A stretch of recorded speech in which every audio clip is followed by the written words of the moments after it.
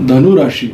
नमस्कार मंडळी, मी ज्योतिष महागुरु डॉक्टर पंकज शास्त्री घेवारे गुरुजी आपल्या सर्वांचं त्र्यंबक राज ज्योतिष या यूट्यूब चॅनलमध्ये मनापासून स्वागत करतो.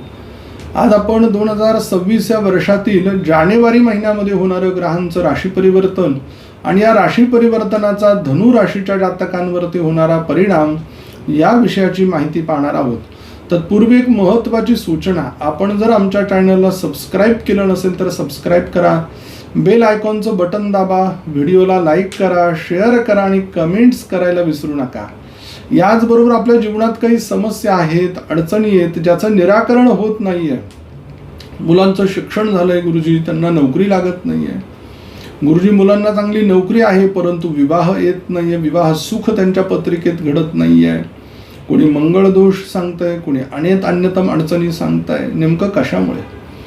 गुरुजी विवाह झालाय परंतु संतती सौख्य नाही आहे, डॉक्टरी इलाज केले, आध्यात्मिक उपाय केले, नेमका हा योग पत्रिकेत आहे का?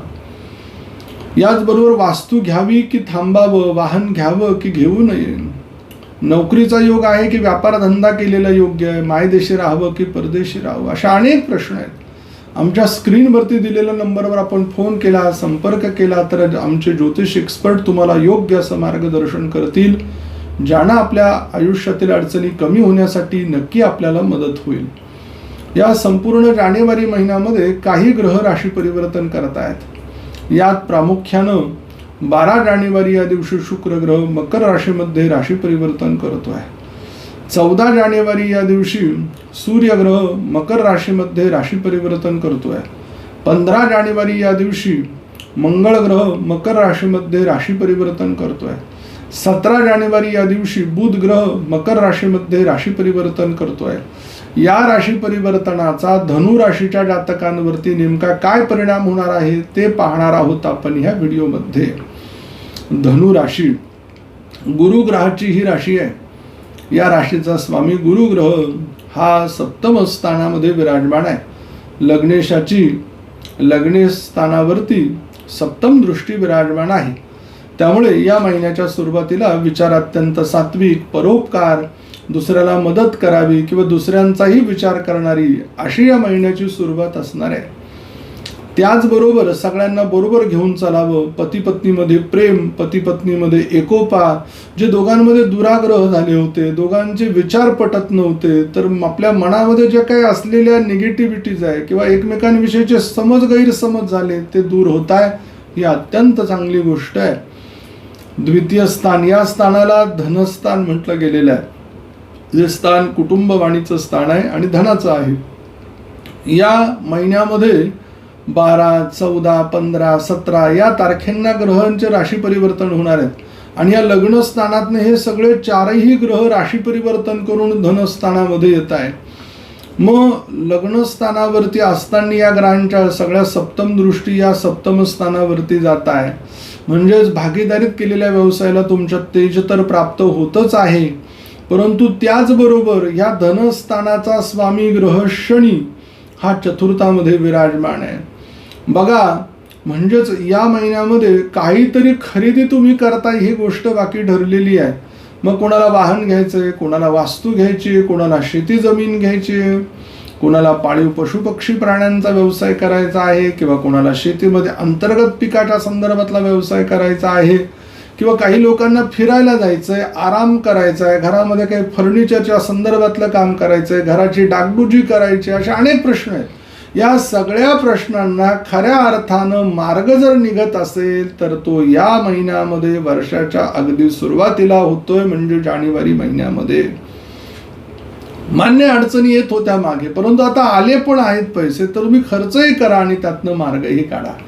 तृतीय स्थानाला पराक्रमाचं स्थान म्हटलं गेलेलं आहे. या स्थानामध्ये राहू ग्रह विराजमान आहे आणि या स्थानाचा स्वामी शनी ग्रह हा चतुर्थामध्ये विराजमान झालेला आहे. मग पराक्रम स्थानाचा ग्रह हा चतुर्थ स्थानामध्ये विराजमान होणं म्हणजेच काय? तुम्ही केलेल्या कष्टाचं चीज होणं. तुम्ही म्हणाल गुरुजी कसं होत आहे? हो, उपजय स्थान हे पापग्रहांना मानवतं. जरी ते चतुर्थ स्थानात गेले असेल शनिदेव, ते काही एवढंही घरामध्ये हे करणार नाही. एखादी गोष्ट आहे, एखादा आपण घेतलेला निर्णय तो भले लेट अस्तित्वात येईल, थोडा उशीर होईल, परंतु ते काम तुमचं ते पूर्ण करून गेल्याशिवाय राहणार नाही, असा अनुभव तुम्हाला या महिन्यामध्ये येईल. राहिलेल्या कामांना गती मिळेल, राहिलेले कामं योग्य पद्धतीने मार्गशील होतील. चतुर्थ स्थानामध्ये धनु राशी विराजमान आहे. या स्थानाचा स्वामी गुरु ग्रह हा सप्तम स्थानामध्ये आलेला आहे. म्हणजेच काय तर आपल्या मातुल घराण्यातील व्यक्ती किंवा मातुल घराण्यातल्या व्यक्तीकडनं आपला विवाह जमवण्यासाठी काही महत्त्वाचे निर्णय घेतले जाऊ शकतात, किंवा आपण आपल्या आईच्या गावाकडे शेती जमीन घेऊ शकतो, किंवा तेथील काहीतरी एखादा व्यवसाय व्यापार सुरू करण्याच्या दृष्टीने काही तुमची चर्चा घडू शकते. ती चर्चा सुद्धा तुमच्यासाठी अत्यंत लाभप्रद आहे. या महिन्यामध्ये तुमच्या प्रगतीच्या दृष्टीनं अनेक असे काही निर्णय होतील जे तुमच्या मनाला आनंद देऊन जातील. पंचम स्थानाला संतती सौख्य इष्टदेवतेचं आहे, विद्या अभ्यासाचं हे स्थान आहे. या स्थानाचा स्वामी मंगळ ग्रह हा 15 जानेवारीपर्यंत लग्न स्थानामध्ये स्थित असणार आहे आणि 15 जानेवारीला तो मकर राशीमध्ये म्हणजेच तो धनस्थानामध्ये विराजमान होईल. इष्टदेवतेची साथ या महिन्यात तुम्हाला राहील, त्यांची कृपा तुमच्यावरती राहणार आहे. अगदी कुठलाही विचार निर्णय घेत असताना फक्त इष्टदेवतेचं नामचिंतन करा, स्मरण करा, तुमचं काम झाल्याशिवाय राहणार नाहीये. आणि ज्या वेळेला ते धनस्थानामध्ये जातील त्यावेळेला मुलांच्या अभ्यासासाठी काही खर्च तुमचा होऊ शकतो. संततीच्या दृष्टीनं हा महिना अगदी उत्तम आहे, म्हणजेच या महिन्यात पाळणा हलू शकतो. त्यामुळे चिंता करण्याचं कारण नाही. केलेल्या डॉक्टरी इलाजाला आध्यात्मिक यश तुमच्या प्राप्त होणार आहे. याचबरोबर षष्ठ स्थान, या स्थानाला आपण रोगस्थान असं म्हणतो, रिपुस्थान. याही स्थानाचा स्वामी हा 12 जानेवारीपर्यंत लग्नामध्ये स्थित आहे. नंतर तो मकर राशीत म्हणजेच तो धनस्थानामध्ये विराजमान होईल. मग षष्ठेश लग्नात असणं म्हणजे काय तर डोक्याच्या संदर्भामध्ये, मायग्रेनच्या संदर्भामध्ये व्याधीपीडा उत्पन्न होऊ शकते. वेळच्या वेळीच डॉक्टरांचं घेतलेलं आपण मार्गदर्शन हे नक्कीच आपल्यासाठी लाभप्रद आणि कुठल्याही प्रकारचा त्रास होणारं नसणार आहे. बऱ्याच वेळेला काही गोष्टी आपण अंगावरती काढतो, काही गोष्टी आपल्याला त्याच्यातनं त्रास आपल्याला संभवतात. हे जर होऊ द्यायचं नसेल तर बाकी तुम्ही वेळच्या वेळी डॉक्टरांना भेटलं पाहिजे. त्याचबरोबर तुम्ही जिथे कुठे नोकरीला असाल, कारण की या षष्ठ स्थानाचा स्वामी शुक्र ग्रह हा 12 जानेवारी नंतर धनस्थानामध्ये जातोय. म्हणजे वेतन वाढ आहे, पगार वाढ आहे, तुमच्या जिथे काम करताय तिथे कामाची चांगली सापेक्षता, कामाविषयी असलेली तुमची पराकाष्ठा बघून तुम्हाला मोठ्या पदावरती विराजमान केलं जात आहे.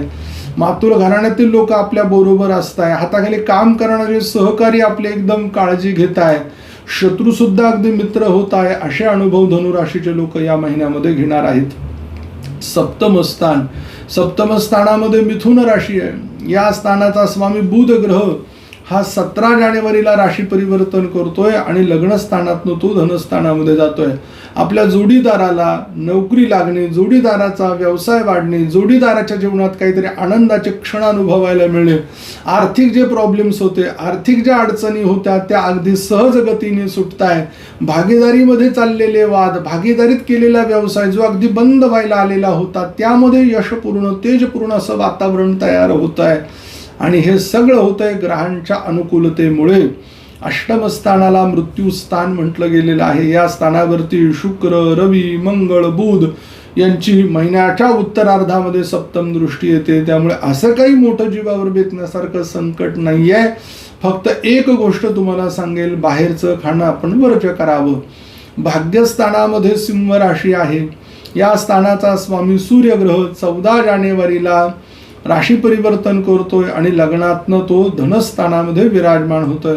ज्या वेळेला 14 जानेवारी नंतर धनस्थानामध्ये विराजमान होईल त्यावेळेला शासकीय पूर्वी दिलेली परीक्षा, त्याचा येणारा निकाल बाकी असेल तर तो होकारार्थी येऊ शकतो.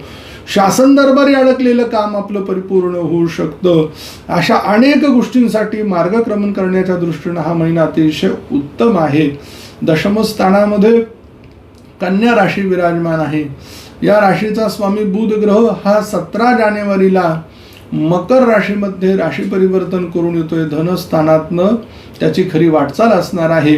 मग ज्या वेळेला कर्मस्थानाचा स्वामी हा धनस्थानातनं वाटचाल करतो त्यावेळेला माणसाचे जे अपेक्षित कार्य नसतात ते कार्य पूर्ण होतात. स्वप्नवत वाटणाऱ्या गोष्टींना खऱ्या प्रमाणात अर्थ तयार होतो.